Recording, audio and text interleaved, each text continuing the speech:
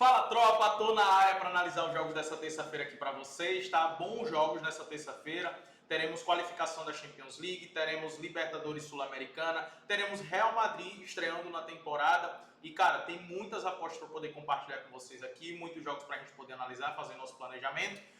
Antes eu quero mostrar uma parada para você. Curte o vídeo, se inscreve e olha isso aqui, ó. Aqui tá minha planilha no mês de agosto, tá? Aqui tá todas as minhas bets, pré-jogo, ao vivo, tá aqui, ó. Tudo que eu faço, tudo. Todos os meus greens, todos os meus regs. Teve reembolso, né? Teve só um reembolso no mês. No total foram 118 apostas aqui. Isso aqui só tá o pré-jogo, tá? E o mercado de escanteios no ao vivo que eu atuo. Eu vou mostrar o trading também. Foram 85 greens, 32 heads, um reembolso, 72,65% de acerto, 14,71 unidades de lucro, tá? Cara, um absurdo, né? Um absurdo. Mas eu vou mostrar aqui para vocês com o trading, né? O trading a gente começou esse mês no Clube dos 5%, né? As ligas na Europa voltaram na sexta-feira e na sexta-feira, a sexta, sábado e domingo foram 3, deixa eu só confirmar aqui, ó. Até aqui o jogo do Leverkusen. Aqui o jogo do Leverkusen foram 3,20 unidades de lucro no trading, tá? O trading que agora está com 1,89. Ou seja, no clube dos 5%, esse mês de agosto, eu estou gravando esse vídeo no dia 18, nós estamos com mais de 16 unidades de lucro. O que é unidade? Unidade é o valor que você utiliza por aposta. Ou seja, se você utiliza, um exemplo, R$100 por aposta, você estaria com R$1.600 no seu bolso de lucro, só seguindo as minhas bets. Se você utiliza R$1.000 por aposta, você estaria com R$16.000 de lucro, tá? Óbvio que aqui você vai utilizar o valor de acordo com sua banca, seguindo a gestão, e vai aumentando a sua banca e, consequentemente, aumentando sua unidade, né? Então, por exemplo, minha banca é baixa, Marcão, eu utilizo R$10 por aposta. Irmão, não tem problema, você estaria com R$160 de lucro, é R$160 a mais. Então imagine você deixando esse valor na sua banca e seguindo ali as bets com gestão, e vai aumentando gradativamente. Uma hora você vai sair de 10 para 20, de 20 para 50, de 50 para 100 e assim sucessivamente até chegar numa stake alta que te dá o retorno, o lucro que você tanto gosta, né? Mas, cara, R$1.600 de lucro no mês, que ainda é dia 18 que eu tô gravando esse vídeo, é um resultado assim, absurdo, tá? O Clube dos 5% está com as vagas abertas, entra no clube, o link tá aqui na descrição desse vídeo, porque tá sensacional e com a volta da Europa a gente vai ter muitas oportunidades para poder trabalhar, tá? Agora vamos lá, vamos falar dos jogos de hoje.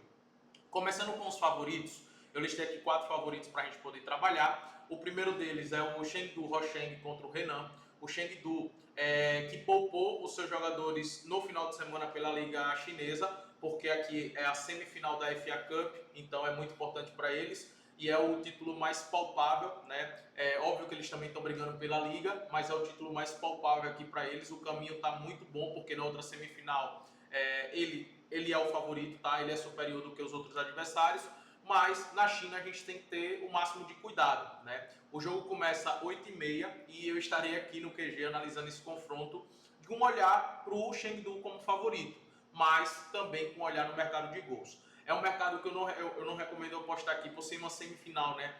O fator psicológico conta muito, as equipes não vão querer se expor tanto, porque se tomar um gol pode ficar complicado para depois se recuperar. Então, acredito no cenário que o psicológico conte muito aqui, muito mesmo. Por isso que a gente tem que ter cuidado, por isso que eu resolvi trabalhar aqui no ao vivo, né? E aí eu estarei de olho em 2 pontos. Eu vou trabalhar mais com trade, como vocês já sabem, quem me acompanha, né? Eu provavelmente vou estar a favor do Lei Renan, dependendo de como esteja o jogo, ou no mercado de gols, no ao vivo, tá? Mas o Chengdu é favorito aqui para esse confronto, só que não atua no pré-jogo, tá? O Real Madrid vai enfrentar o Osasuna. O Osasuna que é um adversário muito chato, né? É um adversário que costuma jogar em bloco baixo, buscando os contra-ataques. É um adversário realmente muito chato. Não é à toa que no último confronto entre eles, o Osasuna arrancou um empate, né, do Real Madrid. Esse empate até que complicou a vida do Real Madrid durante a temporada pela briga pela La Liga, né? Foi ali no mês de fevereiro, dia 15 de fevereiro, e isso atrapalhou muito os planos do Real Madrid, foi um empate assim indigesto, né? Então é sempre um adversário complicado, porém o Real Madrid em casa, iniciando a temporada, teve tempo de treinar bastante, né? Então o Real Madrid sim é favorito. O que não me agrada aqui? Essa odds 1,22 de pré-jogo. Para mim é uma odds que não me agrada, tá? E para ser congruente durante todo o final de semana, eu tenho utilizado no final de semana o critério de que é o início de campeonato, então a gente tem que ter muito cuidado para não cair em zebras, né? Para identificar como é que os times estão jogando. Nessa pré-temporada, depois do Mundial de Clubes, eu só acompanhei o Real Madrid em uma partida, que foi na última partida, né, que eles até venceram de goleada por 4 gols, que foi aqui, ó, contra o Tirol, né? E foi o único amistoso que eles realizaram, né? Eu acompanhei o primeiro tempo, o Mbappé fez logo o gol, né? Militão também. Aí depois eu não acompanhei mais, tá? Depois eu não acompanhei mais. Mas o Real Madrid jogou muito bem, tá? Só que aqui é outra parada, né, velho? Então eu não gosto dessa cotação em 22, mas o Real Madrid é favorito e deve vencer o jogo. E eu gosto de outros mercados alternativos aqui para poder trabalhar, né? O Real Madrid tem trabalhado muito pelas pontas, então consequentemente produz muitos escanteios. Então, para o Real Madrid marcar ali 4 escanteios é algo interessante, é algo que eu gosto bastante. Outro mercado que eu gosto bastante é de finalizações do Mbappé, né? É o principal jogador do time, recebeu a 10, é tratado. O jogo do Real Madrid está sendo criado para ele, tá? Essa é a verdade. E na temporada passada, e tem que ser criado mesmo, porque na temporada passada o cara meteu mais de 40 gols, né, velho? Então tem que ser criado o jogo para ele mesmo. Então as finalizações no gol do Mbappé, para pelo menos 2 finalizações no gol, é bem interessante, tá? Mbappé que vai bater pênalti nessa temporada, Mbappé que não é o cobrador de falta, mas algumas faltas ele bate, se for ali dependendo de onde seja, e é um jogador que está sempre finalizando no gol. Então, 2 finalizações no gol do Mbappé, pro Real Madrid marcar 4 escanteios, é algo que eu gosto bastante pro pré-jogo, né? Esse mercado alternativo. No ao vivo, vou estar de olho na possível vitória do Real Madrid.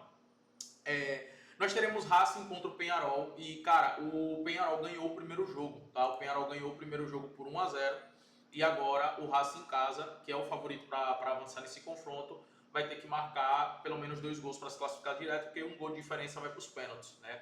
Então, o que é que eu vejo no cenário desse jogo? Um Peñarol completamente fechado, né, jogando em bloco baixo, e o Racing tomando todas as iniciativas, pressionando pra caramba o Peñarol. É esse o cenário que eu imagino.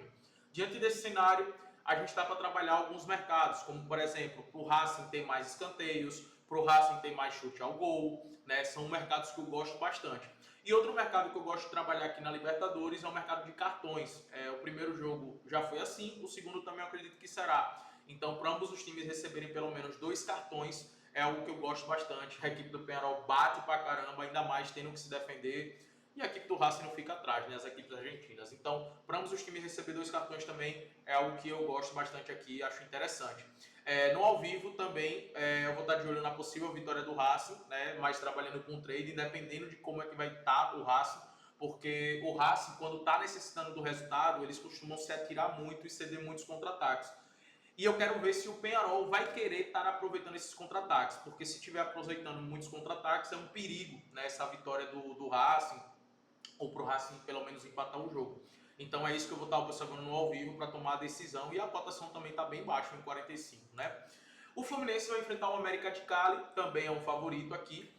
O único ponto aqui para mim é que o Fluminense já venceu fora de casa, então eu quero ver como é que vai estar o comportamento do Fluminense em casa, se vai jogar para vencer. Se eu identificar que o Fluminense está jogando para ganhar o jogo e não só administrando a partida, eu estaria a favor do Fluminense. Caso contrário, eu vou ficar de fora, tá? Mas eu deixo essa observação aqui. Alguns favoritos que eu listei aqui que pode se complicar. O Pirâmides vai enfrentar o El Mars, né? São 2 boas equipes do campeonato egípcio. O Pirâmides, junto com o Al-Ahly, são as melhores equipes, né? Eu sempre estou comentando aqui. Mas é um jogo complicado para eles, então é um favorito que pode se complicar, ainda mais por ser fora de casa.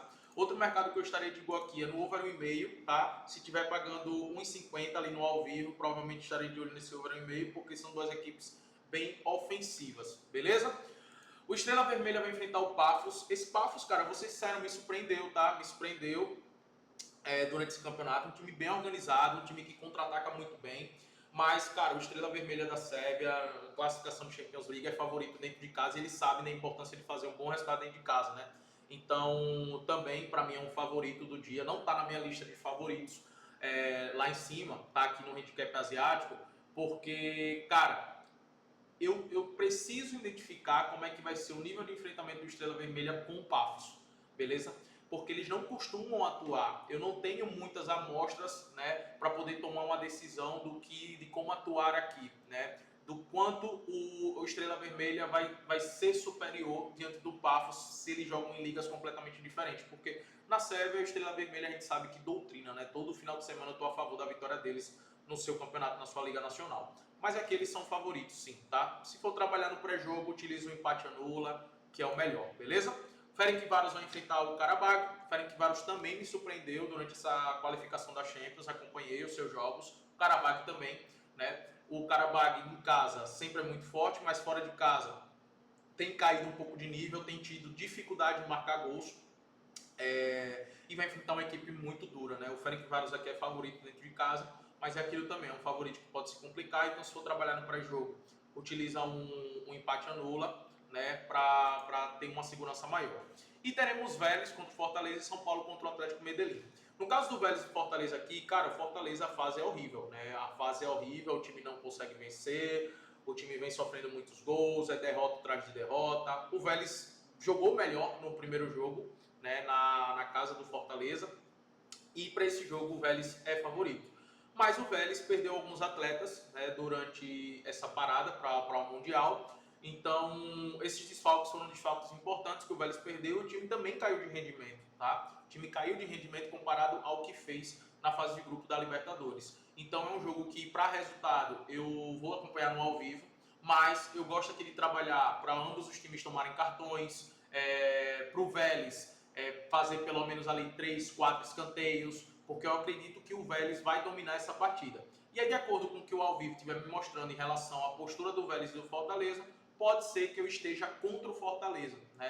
Para o Vélez ganhar ou empatar ali no treino, mas vai depender do que o jogo estiver me entregando. Esses outros mercados eu vejo com bons olhos, tá? São Paulo contra o Atlético Medellín, o São Paulo, cara, o São Paulo poderia ser eliminado no jogo de ida, tá? Atlético de Medellín jogou muito melhor, foi muito superior, perdeu 2 pênaltis, chutou 2 bolas da trave, foi muito superior do que o São Paulo, muito superior mesmo, tá? E poderia ter vencido o jogo com placar elástico. Infelizmente para eles, o jogo terminou 0-0, felizmente para o São Paulo é favorito para se classificar aqui, só que, cara, eu tô com o pé atrás para esse jogo, tá? Para mim, o contra-ataque do Atlético Medellín pode complicar a vida do São Paulo mesmo no Morumbi, beleza? Então, devido à amostra que eu tive no primeiro jogo, eu fiquei com o pé atrás. Se o primeiro jogo o São Paulo tivesse atuado melhor, ou se tivesse perdido por 1-0, eu provavelmente estaria a favor da vitória do São Paulo aqui.